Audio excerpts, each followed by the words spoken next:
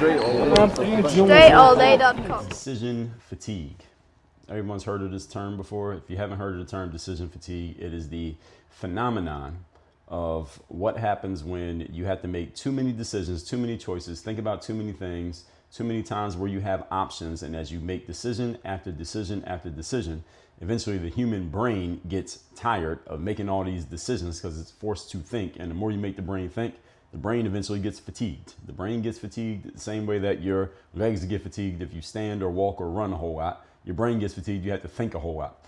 And my argument here today is that this concept of decision fatigue, this should not even happen. You shouldn't even have decision fatigue.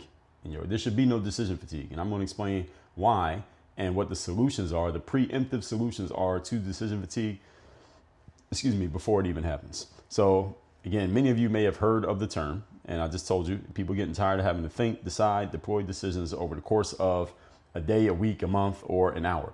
What we're going to do here today is reframe this concept and help you understand why you should never hit the wall of getting fatigued over making too many decisions. Point number one. Today's topic, once again, is that there should be no decision fatigue. Number one, decision fatigue is a symptom of poor systems. Anytime you find yourself having decision fatigue, that is a symptom of that there's something wrong in your system. Same way that if you have a runny nose, that doesn't mean that you have a runny nose problem. There's nothing wrong with your nose. If your nose is running consistently, that's a symptom of something else that's going on in your body that either you're aware of or you're unaware of, but the runny nose is not the actual root issue. It's just a sign of the root issue. Your job is to find out what is the actual root issue. You find yourself getting tired because you have to make too many choices over the course of a day. Your systems are not designed to where those decisions are eliminated or handled up front to where you don't have to make them yourself. Because anytime a human being has to make too many decisions over the course of a day, first of all, your mental power wanes, your willpower wanes, and you have less mental energy for maybe the important decisions you really do need to make because you've been using up your mental energy making a whole bunch of smaller decisions. This is often where decision fatigue comes from, is you having to make too many small decisions over the course of a day rather than making just the big decisions. For example, back when I was making basketball videos in the YouTube days, around 2009 was when I made the decision to start putting out videos every day as opposed to the sporadic publishing I had been doing up to that point, from 2005 up to that point. Now, this is right when YouTube decided that you can now monetize your content. And when YouTube first came out with this concept of monetizing the content, it was a very simple idea. It was a very simple proposition that YouTube made to its content creators. The proposition went as follows. The more your videos get viewed, i.e. the more views you get on your videos, since we're going to be running ads on your videos, you will receive ad revenue the more your videos get seen. So logically, I thought to myself, okay, well, since I'm putting out videos maybe once a week or once a month, why not just put out videos every single day? Because my videos are getting viewed at a healthy clip at this time. So how about I just put out as many videos as possible and collect as many views as possible. And then when I collect more views, I'll collect more money if YouTube's proposition is to be believed. Well, turns out YouTube was actually telling the truth. So I figured, okay, I'll just put out as many videos as I can. Well, how many videos can I put out? Let's try to do one a day. This is back when one video a day was an ambitious thing to do in 2009, when this was not a common thing for people to be putting content on the internet consistently every single day, especially for free. The problem was I didn't know if I had 365 ideas to cover even a full year of putting out videos. How was I going to do this? I didn't have an answer to that question immediately. But what I did eventually is that I came up with anybody can fill in the word what I came up with? A system. I came up with a system that I could use where I could plug any one idea into my system, and that one idea would turn into 35 videos. Meaning, as a basketball player, and you don't need to understand basketball to understand this, if I came up with one move, okay, so let's just say I came up with a move in basketball. That one move plugged into my system now multiplied itself into 35 videos. Long story short, let me make it very simple for you what this means. Every time I came up with one idea, that one idea guaranteed me 35 videos to put on YouTube. Now, why does it care? Why do I care about having 35 videos to put on YouTube? I just told you. YouTube told me the more videos you put out, the more they get looked at, the more money you make. So I was basically guaranteeing myself a chance to make more and more money on YouTube because I was going to put out more and more videos. This is all assuming that I would actually go to the gym and do the work, and assuming that YouTube's process was going to work the way they said it did. More views, more money. And all of those things happened. So I was able to make money on YouTube by publishing as many videos as possible. Well, at that time, as many as possible was one per day. And the reason I was able to do one per day is not because I had so many ideas about basketball and how to play basketball. Basketball is not that complex of a game that there's 365 different things you need to know. What I did was come up with 365 different iterations of the basics, and that's how I was able to put videos out every day. And to this day, let me check and see if I can find this number, because I mentioned this the other day and I did not look it up. I'm going to find out how many videos I actually have on YouTube to this day. See if I can find out how many videos I have. So I'm looking at, I got more than one YouTube channel, but let me see if I can find how many total videos I have. There should be somewhere on here that tells you how many videos you have. So I'm looking on YouTube. Okay, so I have a new YouTube channel. My new YouTube channel where the videos come out, like this episode, is youtube.com/DreAllDay. Let me make sure that's correct. They give me this long number thing, but I think it's YouTube Dre All Day. Actually, I don't think, I know, but let me verify. It is youtube.com/DreAllDay. That's the channel where I put all my content out now. Now my previous channel, the one I originally started with that many of you probably know about, is my older channel, which is youtube/DreUPT. This one literally has 15,000 videos on it. So let's add that 15 plus that. So I literally have 16,000 videos on YouTube to this very day. I'm not telling you that to impress you, but to impress upon you. The reason I was able to do that is not because I've had 16,000 ideas. Technically, I have had 16,000 ideas, but not really. What I really had was an idea for a system that allowed every one idea to become 30 ideas. Now, the way that I do this show is a little bit different than the way that I did my basketball content, but the principle still applies. The principle still applies in what I do here because I still created a system. I have a format. My format is I give you the topic, I give you a quick introduction of the topic, sometimes a longer introduction, then I give you usually 3 points on the subject. If I have more than 3 points, then I usually break it up into multiple episodes. Then I record the audio, I record the video, I upload that. The video gets uploaded in the back end to YouTube and also to Google Drive to store. The audio gets saved in Google Drive. My audio team, Nico and company, who is editing this audio right now, they edit the audio. They have a process, a system that they follow that I created and showed to them that they know very well. Here's how you get the episode up on my website, which is dreallday.com. Here's how you get the blog post. Here's how you get the audio up to the RSS feed. That's how it ends up on Apple and Spotify. Here's how we get the video published to YouTube. That's how you get to see it on YouTube. And that's it. That's the process. The process is relatively simple, pretty tight, but there is a system. Now, I'm telling you all that to tell you that there's a system. I'm using myself as an example here, but this can apply to anything. So that system is the reason why I was able to put out videos every day. And to this day, I still put out videos every day, even though it's a different subject. And I still got another couple thousand videos that I never put on YouTube for basketball because I just ran out of time. I had more content than I had time. So when you have the proper systems in place, here's the point, folks. The decisions have already been made. Do you understand what I was just explaining to you? Every time I record an episode of this show, I don't have to make a decision. Well, what do I do now? I already know what to do. The system says, upload this video to Google Drive, make sure it goes to YouTube, make sure the audio is in Drive as well, in certain folders that my team has access to, and they know what to do then. The system's already in place. Nobody has to make any decisions. Nico and team know, okay, the next episode is this one because there's a file that says, here's the next episode, here's the number, here's the title.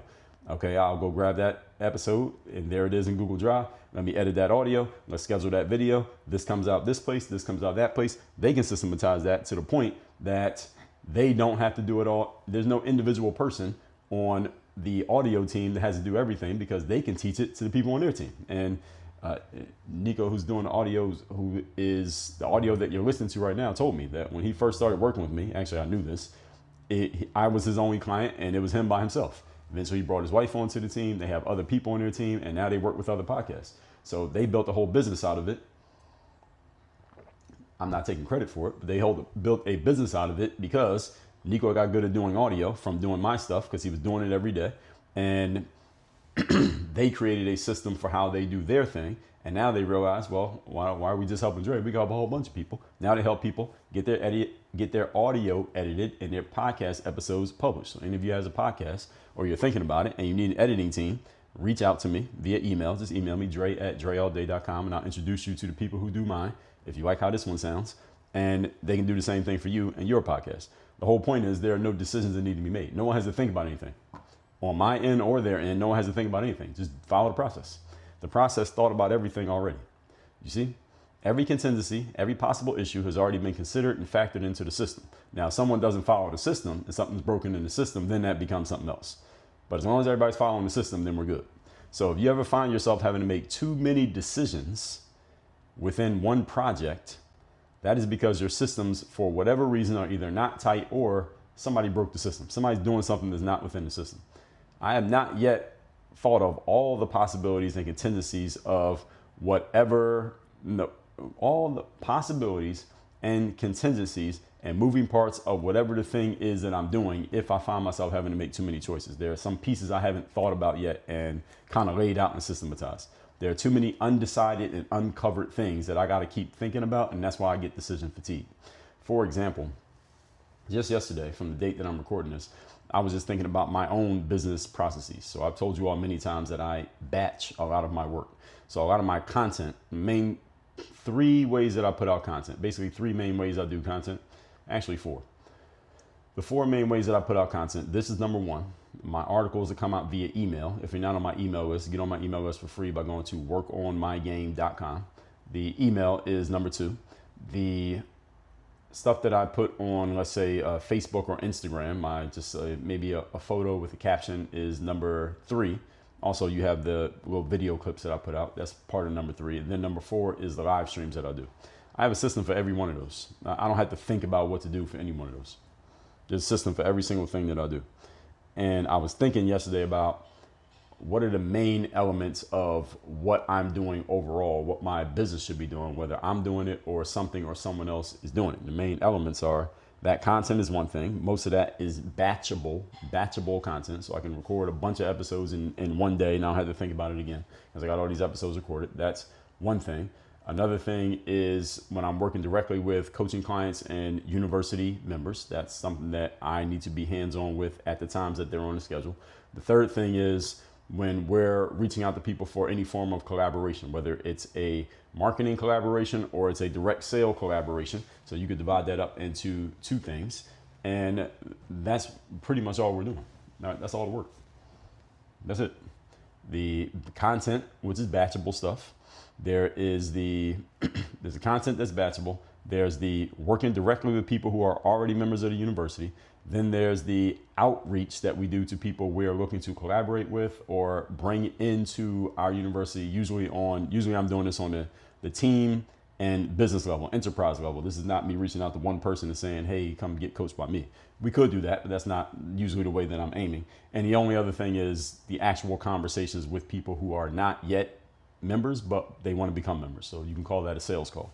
You can put that in the same group. So it's really just those 3 things: content, working with people who are already members, and people who will soon be members. We'll just put those into 2. We'll call those 2 different things. So it's content 1, working with current members number 2, the outreach is number 3, and then talking to would-be prospects or prospects who will be members number 4. So 4 things. So the content is marketing. The working with members is delivery. That's also known as delivery. Doing the things to outreach is more marketing. That's more direct marketing. And the other one is more passive marketing, brand marketing, and brand/content marketing. And the last one is sales.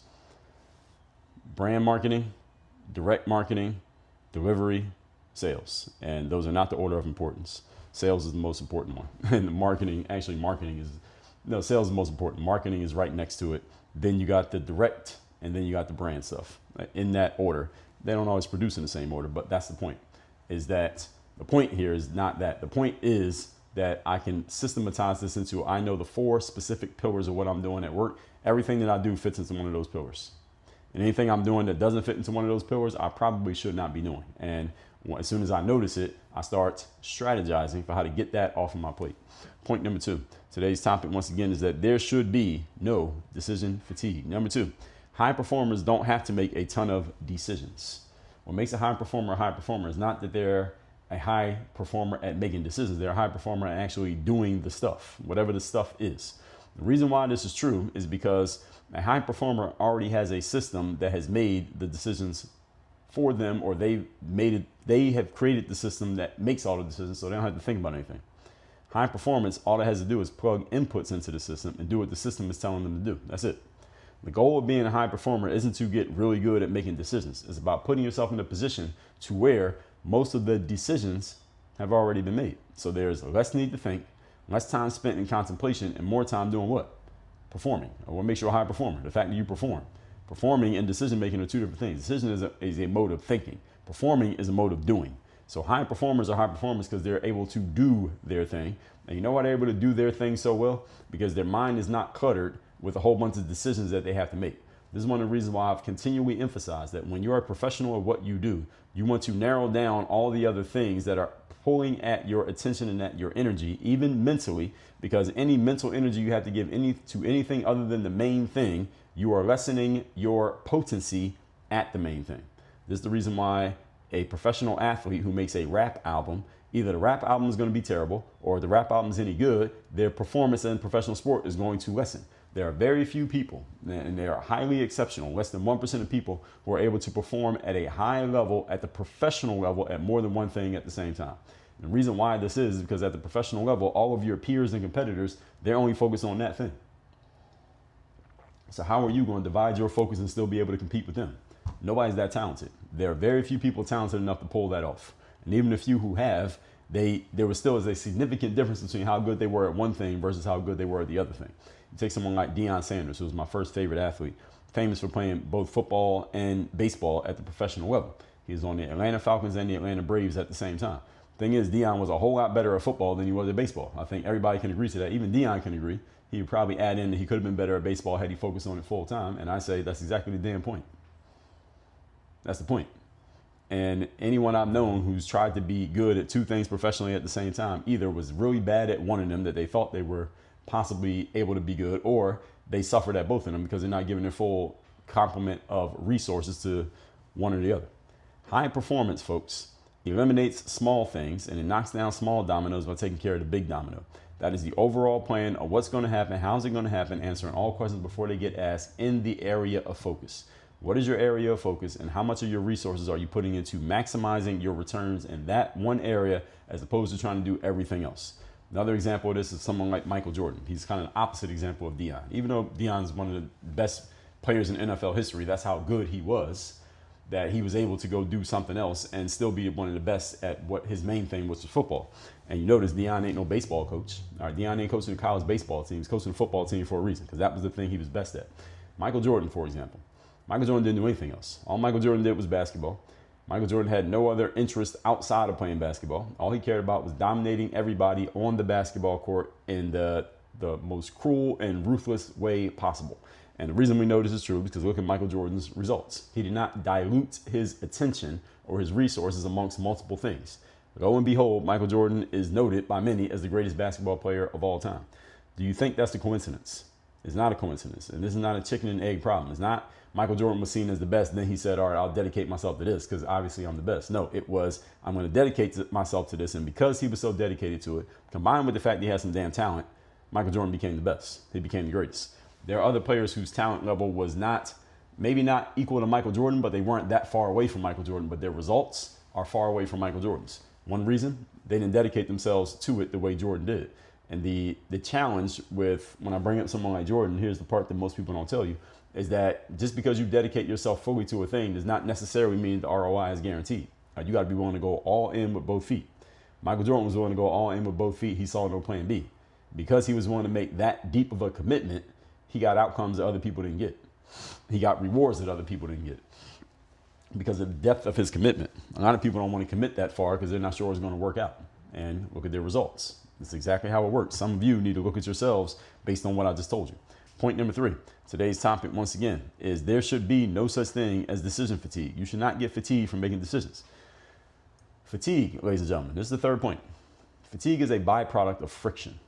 All right. Fatigue happens not because you are trying too hard, but because you need to try so hard when you do try. That's called friction. See, the concept of trying hard shouldn't be that difficult. The friction occurs when there is resistance to your effort. If there's no resistance to your effort, it feels natural. For example, when I told you that when I was playing basketball, somebody would say to me, man, it looks like that ball is glued to your hands. Dribbling the ball came naturally to me. I didn't feel fatigued dribbling a basketball. I could dribble basketball all day because I got really good at it, to the point that it just flowed out of me. I wasn't even trying.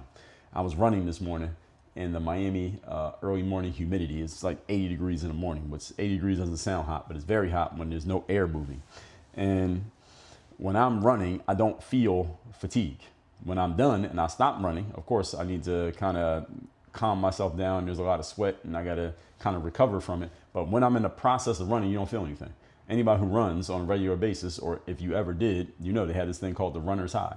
What is the runner's high? The runner's high is when the positive hormones that course through your body through doing the thing start to feel better than it would feel to stop running. It feels better to just keep going. And you just keep going and going and going, and you get into this flow state, this mental flow state, where you don't even feel the fatigue of making your muscles work to run. And you might actually run faster when you get into the flow state than when you're not in the flow state. And how is that? It's because there's no friction. You see, if there's mental friction while you're running or doing any type of workout, meaning you have other shit on your mind other than the actual thing that you're doing that are distracting you, then you start to feel mental fatigue. When you have other things on your mind, or other things that are bothering you, let's say your knee is hurting or your back's bothering you or your shoulder hurts and you're trying to run, you feel that every time you move, there's friction, there's physical friction. That leads to fatigue. It's not the fact that you're doing the thing, it's the friction, it's the resistance to what you're doing that creates fatigue. So in short, you don't get tired from effort. Effort does not make you tired. You get tired because your effort is meeting resistance and there are elements working against you. Uncertainty, bouncing between different activities, overthinking, second guessing yourself, or being second guessed. All of these things create friction, and that friction causes a loss of energy. Every time there's friction, energy gets lost in that process of friction. If you remove the friction, you need less energy to get the same thing done. Think about trying to drive a car on the emergency brake. Back on those who had to hand emergency brakes. These days, a lot of emergency brakes are electronic. But back, those of you old enough to remember, or if you have a car that's old enough, that the emergency brake is, or also known as the parking brake, is something that you have by hand. You can control it by hand. Let's say you put the emergency brake on, the parking brake on, and you press hard on the gas pedal. The car will move forward, but there's a ton of friction because it's grinding against the brakes in order to move forward. So if you release the brake and press the gas pedal the same way, that car is going to shoot forward very fast. Why? Because the friction was eliminated. That's what you want to do, is eliminate the friction. So when there's no friction, you will not feel fatigue, at least not as much, and you will last a whole lot longer before the fatigue sets in, simply because nothing pushing back against you.